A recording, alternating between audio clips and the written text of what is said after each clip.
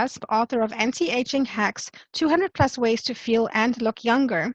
Karen is a journalist who specializes in health, fitness, nutrition, pets, and travel. She writes for leading publications like O, Women's Health, Real Simple, Martha Stewart Living, Self, Forks Over Knives, and Reader's Digest. She's also a fitness professional and athlete with world records in Nordic walking. Welcome, Karen. How are you? I'm great, Melissa. Thanks for having me here. So we're going to start off with you reading an excerpt from your book. Can you set it up for us?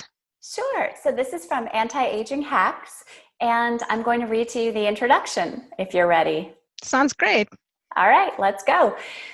Wrinkles, sunspots, aches, and ailments. Aging is not something most people look forward to, but do you need to just resign yourself to losing your looks and your health? No. Forget what you think you know about aging and instead approach your future with positive energy, healthy choices, and a celebration of all that your body does. Through the 200 plus hacks in this book, you'll learn how to change old habits that aren't serving you well and adopt simple tricks and tips, all in the name of keeping your health and your looks intact.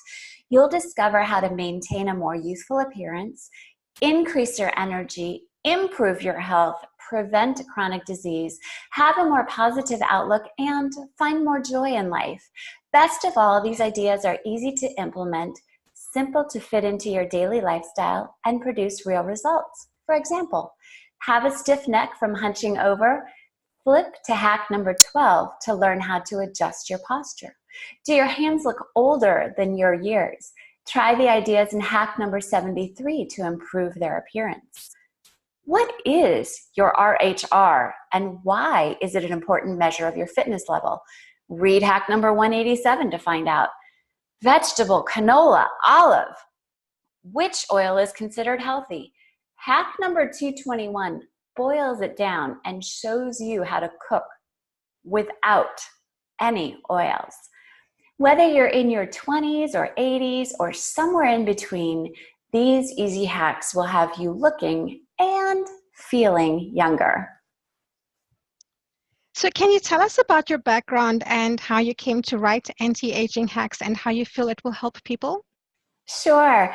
So the publisher actually approached me, Melissa, so I'm very blessed to be published in many different magazines. I specialize, as you mentioned, in health, fitness, nutrition, travel, and pets. And I write for all of the women's magazines that you mentioned. I get to not only discern the research, so I have to look through research on a daily basis and look at all of the studies. I get to talk with all of the experts, the researchers who are leading all of these groundbreaking studies. I also get to meet a lot of them in some of the various summits that I attend or that I'm a panelist on.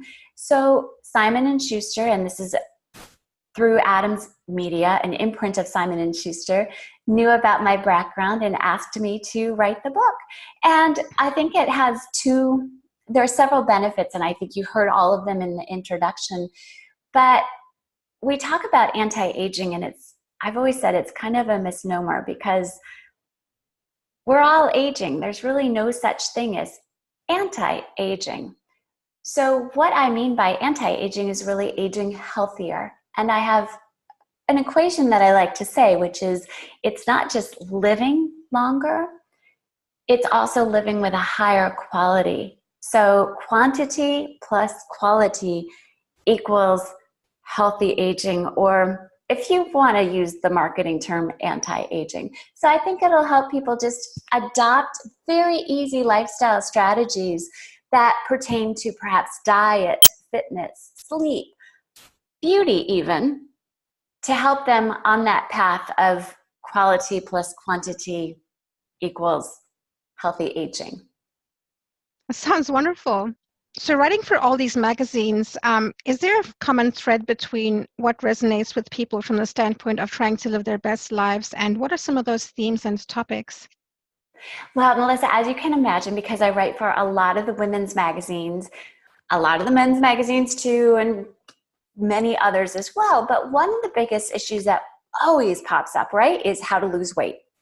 That's, I think, every single magazine covers that. And our challenge as journalists is always to come up with, all right, what is the research saying? How can people not just lose weight, but keep it off? Some of the other things that people are always interested in is walking off weight. Walking is our #1 form of recreational activity in the United States and around the world too, but it's our #1 fitness activity. So how can people walk off weight? A few of the others would be scoop about the latest fad diets. You know, are they worth following? Are they not worth following? How to fight visible signs of aging. What type of diet is best for, let's say, losing weight and getting healthier. And then there's always really great information about, people are always looking for great information about the big diseases. So we talk about heart disease and breast cancer, skin cancer, those things. So those are a lot of the common themes that link all of these together. And you just mentioned losing weight, which is a big struggle for so many people. What is the magic behind losing weight based on the experts you've chatted with and research you've done for your articles? Is it diet or fitness or both? Fantastic question, Melissa. And I've been asked that as a personal trainer, as an athlete, as everything that I do. That's a big, big question. And it's been long debated in research, whether it's diet or is it exercise. And I think research is very clear, showing that you cannot outrun or out-exercise a bad diet. I'll give you another thought here too. There's a physician named Dr. Michael Clapper, whom I adore, and he's one of my experts I call on. He has a saying that I like to quote, and he says, exercise is for fitness, but weight loss starts at the table. If you also look at, another favorite of mine is Eric Adams, who is the Brooklyn borough's president in New York, who completely reversed his diabetes, like gone, zero, by switching to a plant-only diet. He says, it's not your DNA, it's your dinner plate. So really, and I wish I could say I quoted, I came up with that, but I didn't. So diet is really crucial for weight loss. That's what research is bearing out.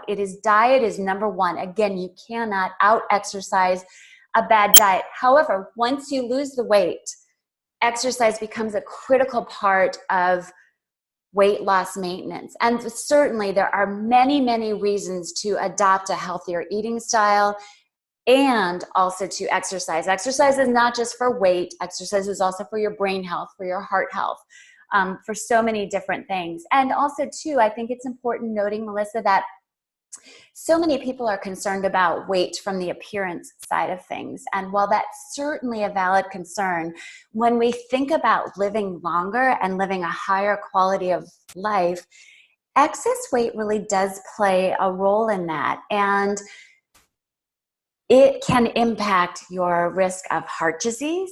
I shouldn't say just impact, but increase your risk of heart disease, diabetes. And what a lot of people don't know is that excess weight, is associated with 13 different kinds of cancers, including breast cancer, prostate cancer, and ovarian cancer. So there's a lot of good reasons besides appearance to really focus on the weight, but it is the combination of diet first. That's the most important, to get the weight off. Once you've gotten the weight off, then it becomes diet and exercise becoming more important as you maintain.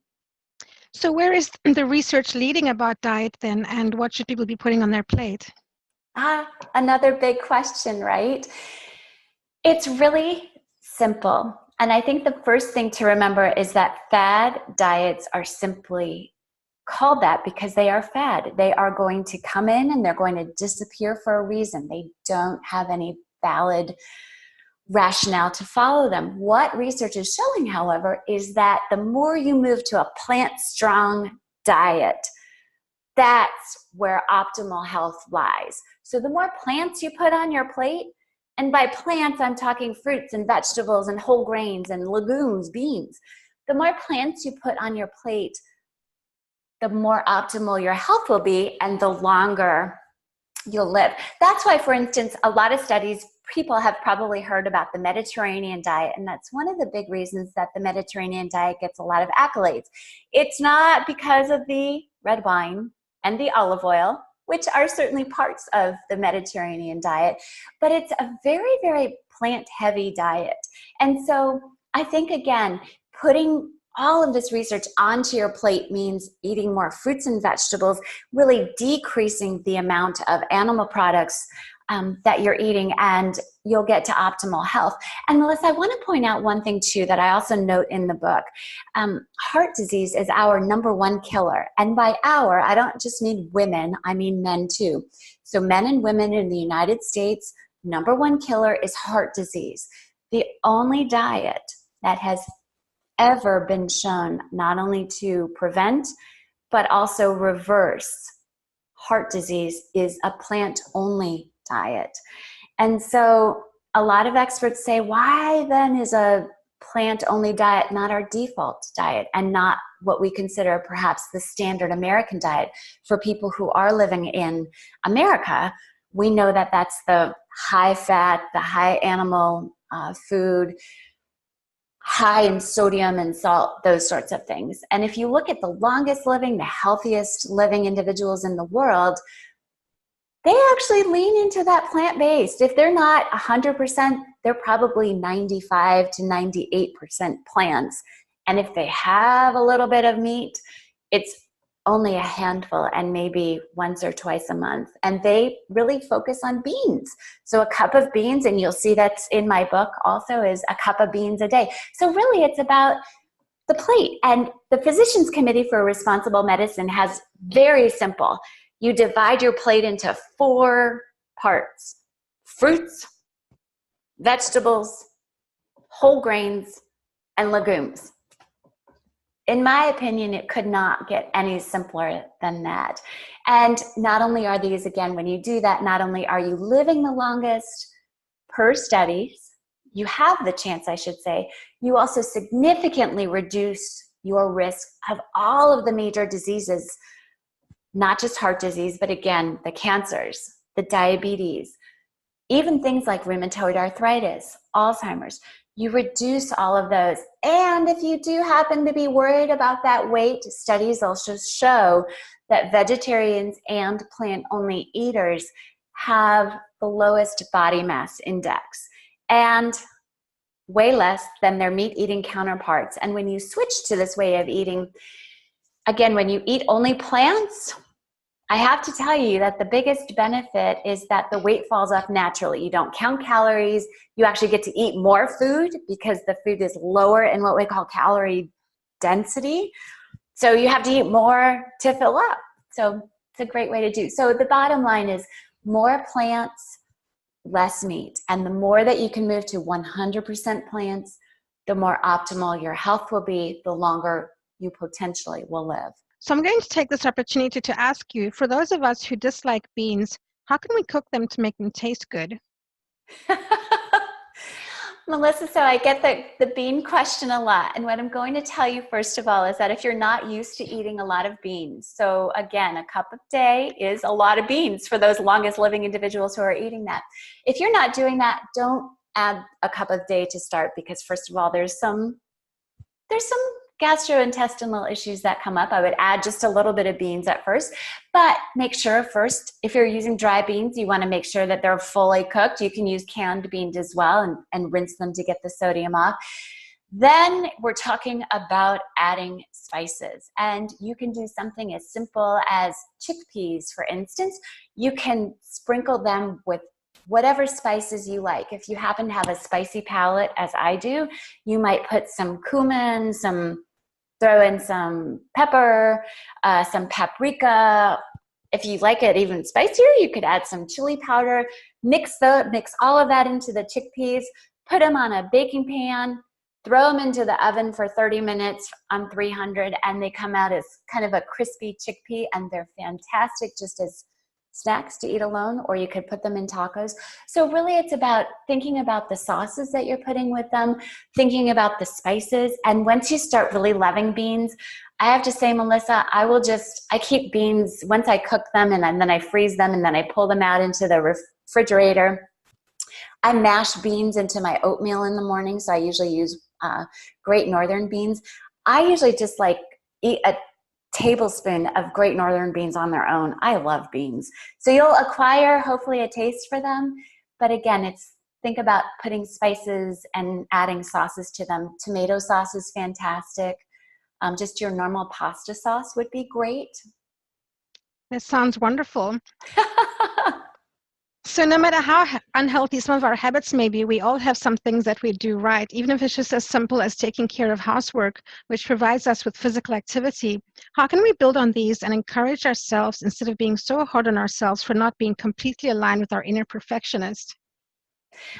It's a good question because I think all of us strive for different things, right? We either want to get on the exercise bandwagon, we want to eat healthier, we want to get to the gym after work, and sometimes it doesn't always happen.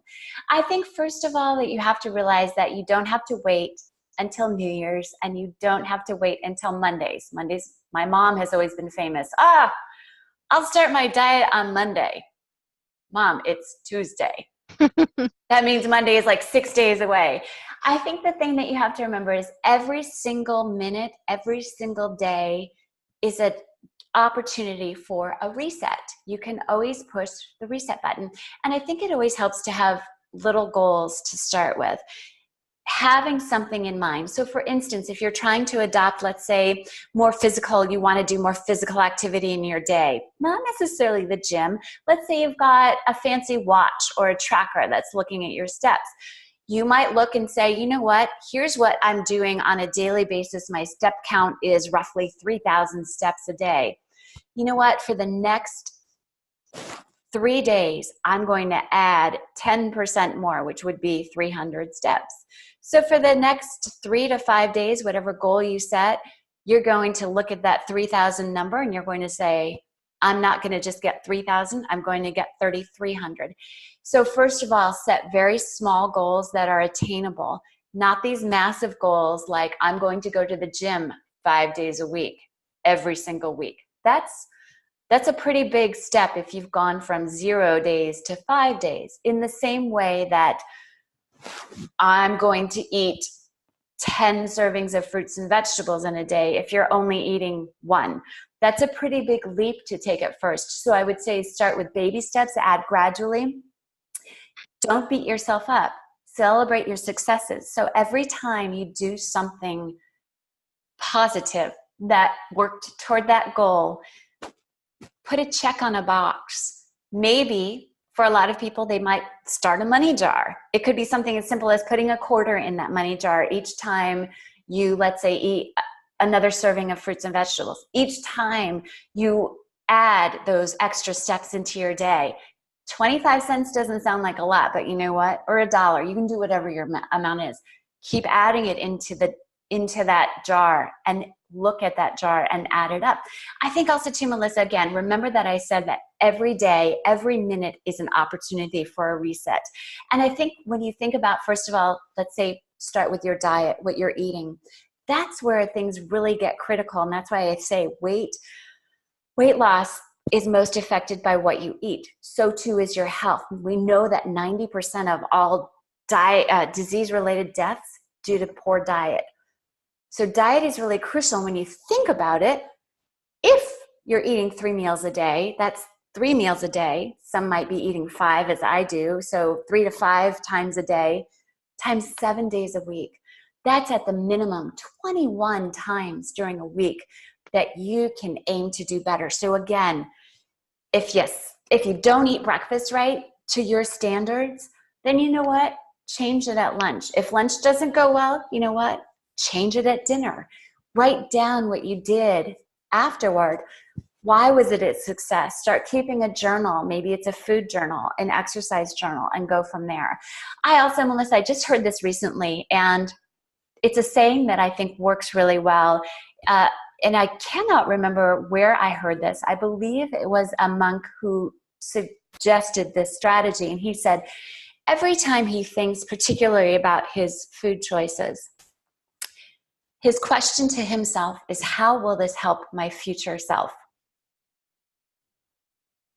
And you can answer that however you want. If you can find a good answer to go ahead and proceed with that behavior, then do it. If not, then stop and change. And I think also an important part is prepping, because a lot of people expect themselves to go shopping when they're hungry and then buy healthy food and then come back and cook it. And they never get to that point. They just grab the first snack that they find. So never go shopping when you're hungry, and always prep so you have healthy things ready to grab. Absolutely. And that's several of the strategies that you'll see in my book, which is, yes, by all means, what I like to tell people is to lay out not just your two things I like to say is schedule your activity, and you'll see this in the book as well. Sunday night, sit down and write out what you think you're going to be doing exercise-wise. If you've got exercise goals, food-wise, let's try the same thing. Maybe you plan out all of your dinners as that's a strategy that's worked for me. I cook Sunday through Thursday. Gosh, I got to figure out what I'm cooking each of those nights. So Sunday afternoon, I'll sit down and I'll figure out, actually probably Saturday, figure out what all of those meals are. I come up with a list. Always go to the grocery store with a list. Nothing goes in the cart then that shouldn't be there. Sometimes it does happen, but you'll definitely limit those opportunities for getting the unhealthy things in that cart that you didn't want. And a lot of people complain about not having enough time to exercise, yet they find the time to binge watch an entire season of a Netflix show Yeah. because they find it entertaining. Do you think exercise can also be entertaining? And if so, how can people find out what they like to do without forcing themselves into a pigeonhole? Yeah. And that's key, Melissa. Exercise should be entertaining, because if it's not entertaining, you're not going to do it. In other words, if you don't enjoy it, you're not going to like it. Now, that's not to say that you should enjoy every single exercise session that you do, because certainly there are days when I get to my workout, playtime, whatever you want to call it. There are days when even I'm just like, this is about the last thing I want to do. But that you work yourself through that. But I think that first of all, the most important thing is to find activities that you enjoy doing. And that doesn't mean that they have to be the tried and true. So you might hear from a friend, oh, well, so-and-so said that this is the best exercise to lose weight. And often that's running. If you hate running, don't run. If you hate an activity, don't do it. I actually am not a big lover of running, but I found a sport that I loved doing, and it was nothing traditional. It was nothing that anybody even knew. It's called Nordic walking, and it's walking with poles. And I can't tell you how many comments I've gotten on the trails around my house where I live or other places. I've even taken my poles in Central Park, and I've used them in Central Park, and you would think that people have seen everything in New York City, right? They haven't seen anybody Nordic walking, because I get the comments. My point is that you need to find an activity that you love, and then you need to find ways of doing it that will make you enjoy it. So if you do like watching Netflix, how about you allow yourself maybe only watching a Netflix show when you're walking on a treadmill, if a treadmill is enjoyable for you, and if you have one. So maybe you combine the two. Maybe it's not out of the question to entertain yourself while you're exercising. That's a great way. That's a great way to do it. So I think just finding the things that make you tick, and it may take a lot of trial and error. Think back to when you were a kid. What did you love doing when you were a kid? Did you love dancing, for instance, but you haven't danced in ages? Take a dance class and see if that appeals to you, or just turn on music in your family room and dance. It doesn't have to be actually at a gym or a fitness center or a designated spot. Your home is fantastic. Again, find what you enjoy, go back to your childhood, and then just get out and explore. Maybe you need to take a new class. Maybe you need to ask a friend, hey, I heard you doing this activity called Nordic walking. It sounds like fun. Can you show me what it is and maybe take me with you? So do a little exploration to find those activities. And once you find them, find ways to make them enjoyable. And again, if it's watching the Netflix, for me, music. Music is key for me. So I love listening to music when I work out. So you also mentioned that it's not just exercise that people should be doing. They also need to move more during the day. Can you explain why this is important, especially if they're already going to the gym, and how can they make this happen? Yeah. So, Melissa, what's interesting is that a lot of people assume that, let's say that you are going to the gym. You've done your day at work perhaps, and you've gone to the gym, you get your 45-minute spin class in or whatever, home you go, and to the Netflix and the couch you go. Studies are showing that it's not just structured activity that we need, and structured exercise, i.e., going to the gym, getting on your spin bike, getting on the treadmill, is certainly crucial for living healthier and also living longer. So it builds what we call, well, it builds your fitness age, and you'll see that in my book as well. So it helps build that fitness age, and the people with the highest fitness age actually tend to live the longest. So that's structured activity, and that includes not just your cardiovascular activity, aerobic exercise, but also strength training and flexibility work. But then there's that other component that we kind of lump into what I call daily activity. Most people sit way too much in a day's time, and that sitting can lead to a lot of negative health consequences, increasing risk of heart disease, cancer, diabetes, increasing waistline. It can even increase risk of osteoporosis. So we want to make sure that we're not just getting our structured activity, but we're also moving a little bit more throughout the day. And there are many ways to do that, but one of my favorite ways is to say, every 30 minutes, set yourself a reminder. When that reminder goes off, whether it's a buzz on your wristwatch, whether it's an alarm on your computer, your app, whatever it might be, when that alarm goes off, get up. Stop sitting, maybe 1 to 5 minutes, go either walk around a little bit, walk in circles around your desk if you need to, do some stretches. If you've got any kind of strength moves that you could do, a push-up off of your desk, tricep dips off of your chair. Every 30 minutes, get up and move. We need to break this cycle of being sedentary for long periods of time. And just to kind of throw a statistic out there, it might be interesting to kind of log how much sitting time you're doing, but average American sits on average 6.5 hours a day. Some studies have suggested that if we can cut that globally, all of us, if we can reduce that whole sit time to under 3 hours a day, we'll be living longer, we'll be living healthier. And so for me, I try to limit my sit time to under 3 hours a day. That includes all meals.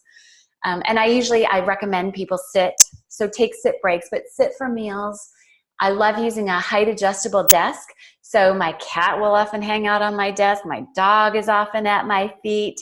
That way I can keep the desk up most of the day, and I actually use it up most of the time. However, if I'm feeling like I need to come down and sit, if I don't feel like taking a sit break somewhere else but at my computer, I'll lower that desk and can sit. So I recommend alternating if you So can. are you saying that you work standing up?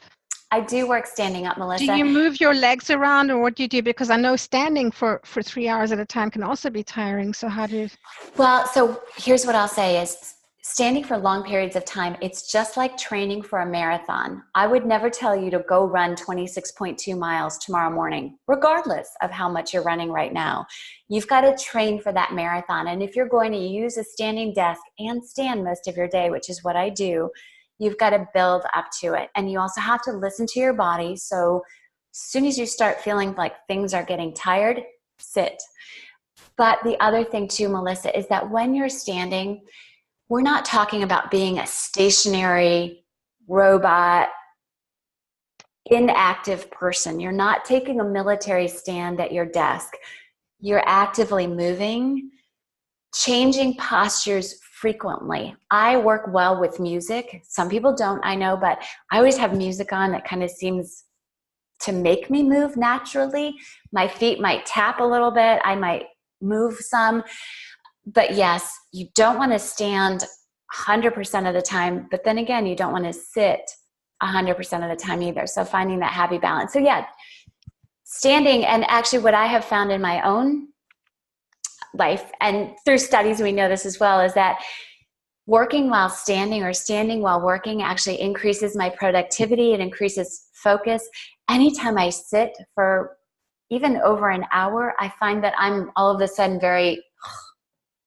I start dragging. And that's why long plane rides now kill me. I'm that person who has to stand up, even if I'm in the very rare times that I get stuck in a middle seat. I will still unbuckle my seatbelt, at least stand out of my seat, move around as much as I can. So, yeah. Well, they call the calf muscles the second heart because the flexing of the calf muscles actually drives the blood back up to the through the body, so it helps circulation a lot. So walking in place can also help. Walking in place can help. Tapping your toes, doing little marches, like, yeah, so march with your knees up and down, tapping your toes, like I said, doing circles, ankle circles, anything that you can do to move. It doesn't have to be a prescribed movement, just whatever feels good. The bottom line is just move more. There's that famous saying, if you rest, you'll rust. Okay.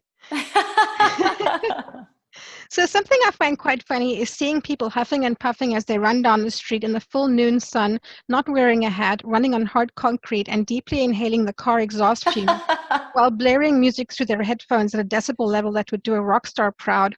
Why do they do this, and should we stage an intervention?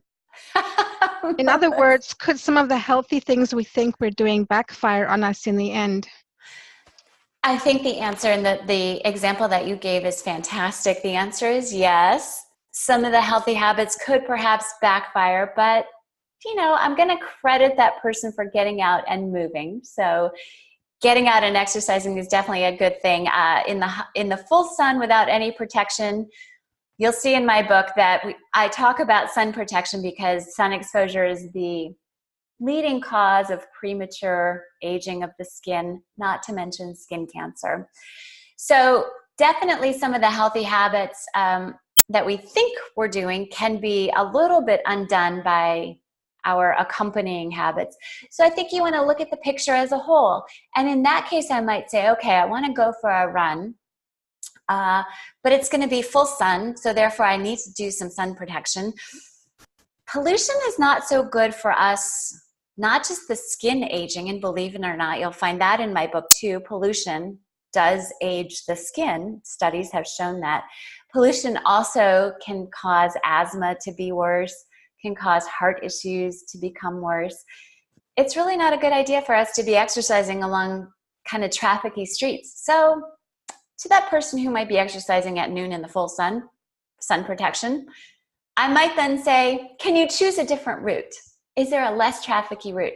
And by the way, the noise level, great to exercise to music, but make sure it's not so loud that you can't hear other people, and especially traffic. If you're going to be around cars and you're crossing intersections, you need to be careful, visible around you. So I think you just need to look, Melissa. It's hard to pinpoint exactly what to do, but I think you need to look at the situation. And I always evaluate, for instance, when I'm going out for a Nordic walk, what time of day is it? What kind of sun protection do I need? What is the traffic going to be like? I do get to trails, but there are many places to get to the trail or across a street.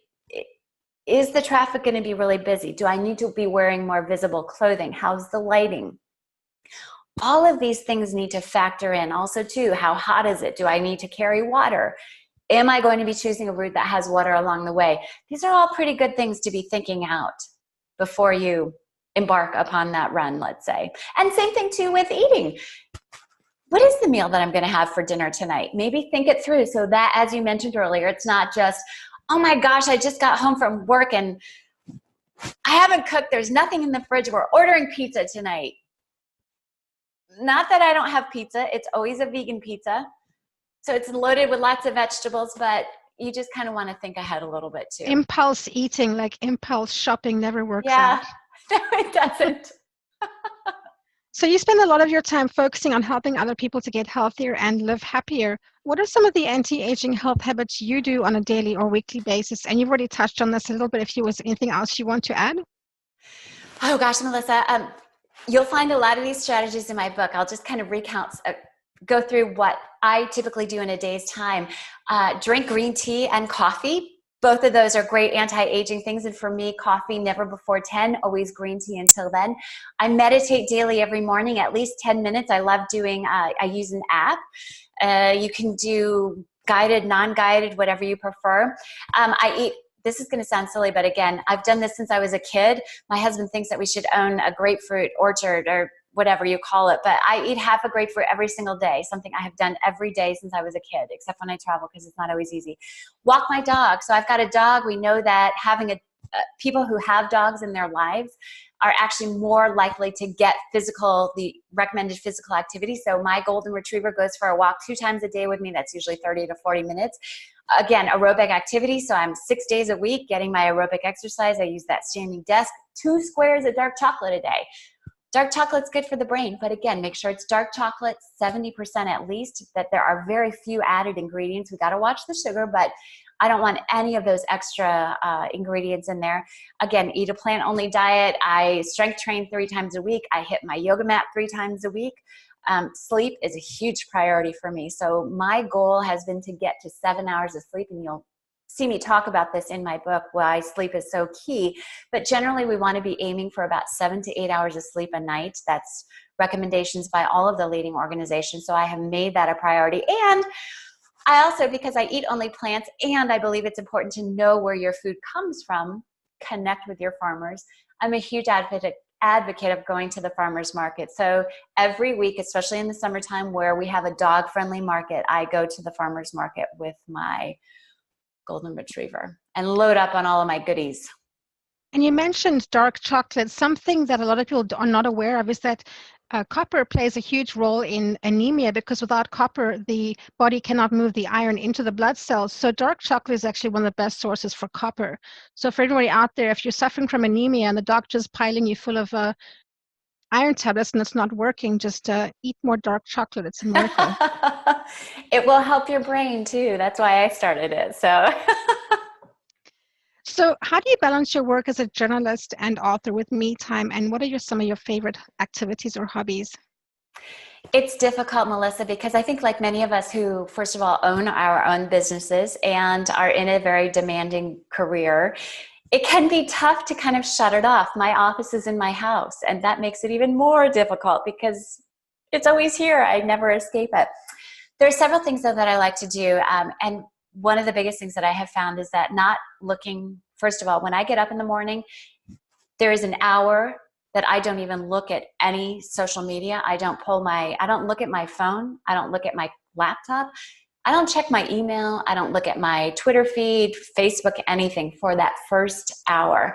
And in that first hour, I'm taking care of my cat and dog. I'm getting my breakfast. I'm drinking. I usually start off the morning with a cup of tea. Usually it's a lemon, tea with lemon. So I'll drink that first, get all my pets fed, get my dog out. I'll eat breakfast. And an hour later, after I've gotten up, I will then go start the day. But other things that I love to do, I also read every night before bed. I set aside 20 to 30 minutes. So again, that's a little bit of a break from the devices. Most sleep experts will tell you that you should be logging off at least an hour before bed. I hear that in my head every single night, but it's usually in a half hour, 45 minutes for me. And so 20 to 30 minutes I read before bed. Crucial time reading actually does increase longevity, so that's another great strategy. Again, the exercise does fall in, but I also like to make time to hang out with my family, my husband, mom, dad, sister, all that good stuff, hang out with my pets on a daily basis. And I do like breweries. I do drink a beer every now and then, so that's a great way to kind of relax. And I'm trying to think what else I do. Oh, cooking is a form of relaxation for me. It's a meditation. So as I'm chopping vegetables, as I'm doing things like that, it's really hard to think about other things when you're chopping vegetables because you're really worried about not chopping off your fingers. So you're not probably going to be thinking about all of the stress during the day or what's happening out in the world. You're really just focusing on getting those vegetables chopped. And if you've got 3 pots and pans usually going as I do, you're worried about, oh my gosh, what's going on in pot number 1 or pot number 2 or pot number 3. So cooking is another great way that I love to get me time. I also volunteer weekly at the local animal shelter here where I live in Indiana. And volunteering is another great strategy, Melissa, for anti-aging as well. So hanging out with the animals every weekend is also a great way at the shelter. Travel is another big one. So I'm very fortunate in that I get to travel frequently for what I do and also for pleasure. So I've traveled around the world. I'm often gone every about 3 to 4 weeks. And it's a great way to see the world. It's a great way to relax. And even if you can't travel to another country, you can certainly travel to another county. So yeah, those You are some of mentioned the. that you get to meet some great people as well in your work. I do, Melissa. So a lot of the experts that I chat with are usually done. The interviews are usually done over the phone, but often I'm at summits or wellness events where I get to meet with people. And so throughout the course of my career, I've been very fortunate to meet people like Dr. Mehmet Oz, and you'll know the Dr. Oz show, Dr. Dean Ornish, who is perhaps the pioneer in the heart disease and plant-only diet research. He's now looking at Alzheimer's. I had the pleasure of not just talking with him, but having lunch with him at a recent panel or a recent summit in which I was a panelist. So, and then I get to talk with, I've actually met several athletes in person. So I've covered the Olympics for various magazines in the past and have met all sorts of great Olympians, I should say. One of the highlights for me in college, I played tennis through college and got to meet and interview Serena Williams. So that was kind of fun. Wow, that's great. Now it's time for Tweet of the Week, where we do a deep dive into your tweets and find one for you to tell us more about. You recently tweeted another reason to celebrate dogs. Our canine friends reduce the stress of folks waiting for emergency care in a hospital in a new US Ask study. After spending time petting or interacting with a dog, these individuals said they felt more comfortable and happier. Can you tell us more about that? Yeah.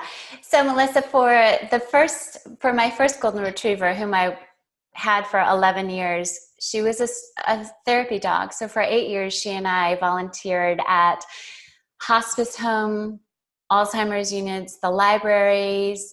We went all over the place. And I have been a big advocate of having therapy dogs in medical settings. And this study in particular interested me because it's a hospital setting and it's people who were anxious, very anxious. And these dogs were able to make them feel happier, more comfortable, reduce some of that anxiety.